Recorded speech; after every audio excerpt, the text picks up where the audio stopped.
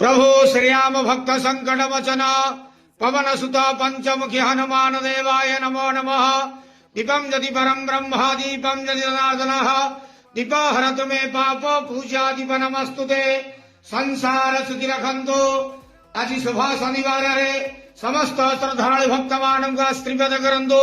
मनस्कामना पूर्ण करंतु। कर्म क्षेत्रोन्नति करंतु। ग्रहरिष्ठ खंडन करंतु। जगतर मंगल करंतु। ईश्वर कल्याण करंतु। आपणकर नाम प्रकाश करंतु।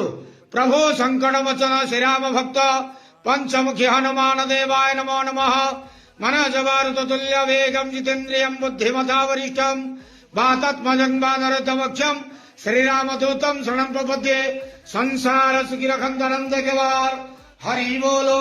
आज शुभ शनिवार रे समस्त श्रद्धालु भक्त मान स्त्रीपद करंतु। आनंद केवार। हरि बोलो।